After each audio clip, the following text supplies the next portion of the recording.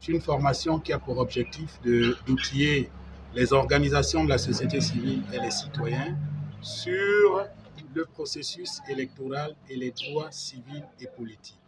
Donc l'exposé ou la communication de ce jour porte principalement sur le cycle électoral, les principaux systèmes électoraux, les normes d'organisation des élections, l'intégrité du processus électoral notamment le guide de l'électeur. Donc, quelles sont les différentes étapes que l'électeur doit suivre pour que son vote à la fin du processus soit pris en compte.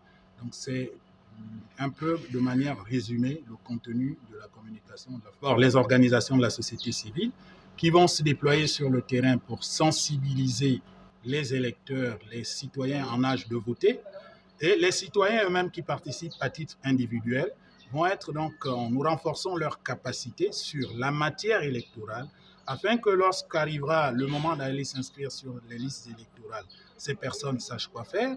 Lorsqu'il s'agira d'aller voter, ces personnes sachent quoi faire. Il faudrait également que ces personnes, ces citoyens, comprennent les différents organismes, les différentes autorités qui sont chargées de gérer le cycle électoral ou le processus électoral. Il s'agit pour nous de mobiliser les acteurs de la société civile afin qu'ils soient outillés pour parler avec efficacité, professionnalisme, aborder les questions politiques, les questions démocratiques en toute connaissance de cause, ayant été fortifiés dans leur niveau d'expertise et de connaissance par l'acquisition des compétences. Il s'agit de les accoutumer à connaître un peu les mécanismes qui concourent à l'organisation des élections, les différentes normes nationales et internationales, les standards, les critères de crédibilité des processus électoraux, l'intégrité des processus électoraux, les normes et les institutions, les instruments qui concourent à l'organisation des élections. Et bien sûr, le rôle de la société civile dans la veille, dans le contrôle, dans le suivi démocratique et citoyen des élections. C'est toutes ces notions que nous tenons à transmettre aux organisations de la société civile. Ça fait le Gabon va connaître des échéances électorales capitales en 2023 avec l'organisation des élections générales. Voilà pourquoi nous estimons que la société civile doit jouer un rôle central dans le suivi de ces élections. Nous allons pouvoir mettre en place nos propres systèmes, parallèlement au système qui vont être à la Commission électorale nationale, qu'on appelle au Gabon la CGE. Nous comptons également implémenter notre propre mécanisme, faire en sorte que la société civile puisse suivre avec efficacité et au quotidien le déroulement du scrutin. À la citoyenneté mondiale, il est question de développer chez les participants certains réflexes, certains gestes liés justement au principe de citoyenneté qui s'entendent par l'affirmation de ses droits et de ses devoirs, mais surtout la défense de ses droits et de ses devoirs, surtout en période électorale. Amener les citoyens à comprendre que l'engagement civique se veut être total, en ce sens que quand on est citoyen, quand on est conscient des droits et de ses devoirs, on doit les exercer. Par exemple, le vote n'est pas une question réservée aux politiciens. C'est une bonne question citoyenne.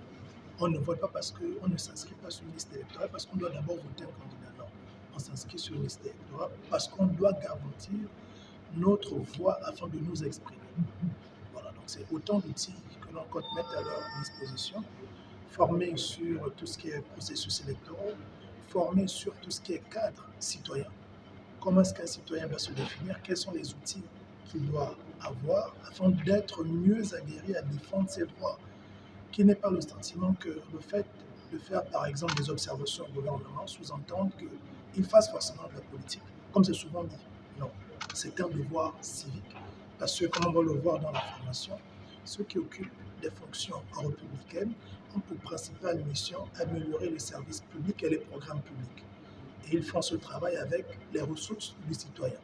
En retour, le citoyen, pour exercer le contrôle sur l'utilisation de ces ressources, a plusieurs dispositifs qui sont mis en place au niveau national et international. Au niveau national, par exemple, le citoyen peut saisir la Cour constitutionnelle, comme nous le faisons souvent. lorsqu'il constate que ceux qui sont dans les instituts républicains ne gèrent pas comme il se doit leurs ressources. Et quand il est limité au niveau national, il peut s'appuyer sur des conventions et des traités signés par son pays pour pouvoir exprimer son droit à l'international. Mais ça ne fait pas de lui une personne qui est politique, bien qui est opposante. Non, il est simplement en train d'exercer son devoir de citoyen. Donc c'est tout ça qu'on a envie de donner comme outil afin de briser tous ces blocages-là qui freinent l'action civique chez les citoyens gabonais, qui créent de la démotivation chez plusieurs autres et qui poussent même certains à vendre leurs droits parce qu'ils estiment peut-être que c'est normal que d'aller voter, on me donne mes 5 000, c'est mon argent, on me donne un t-shirt, une canette, il n'y a rien de mal, ainsi de suite. Non, c'est tout ça qu'on a envie de briser à travers cette formation.